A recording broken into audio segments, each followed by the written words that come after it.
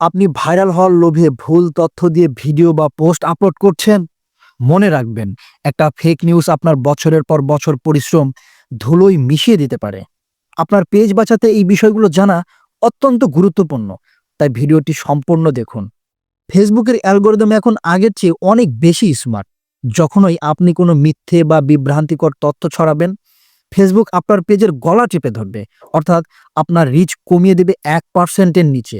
আপনি পোস্ট করবেন, কিন্তু কারো কাছে সেই পোস্ট পৌঁছাবে না। আর যারা মনিটাইজেশন নিয়ে কাজ করছেন, তাদের জন্য এটা একটা মরণ ফাঁদ। একবার যদি আপনার কনটেন্টে ফলস ইনফরমেশনের ট্যাগ পড়ে, তবে আপনার মনিটাইজেশন লাল হয়ে যাবে, পকেটে 1 টাকাও আসবে না। ভুল তথ্য ছড়িয়ে বা শেয়ার করে ভিউ হয়তো সাময়িক পাবেন, কিন্তু মানুষের বিশ্বাস হারাবেন চিরতরে। আচ্ছা, একবার ভাবুন তো, মানুষ কি এমন কাউকে ফলো করতে চায় যে কিনা মিথ্যে ছড়ায়?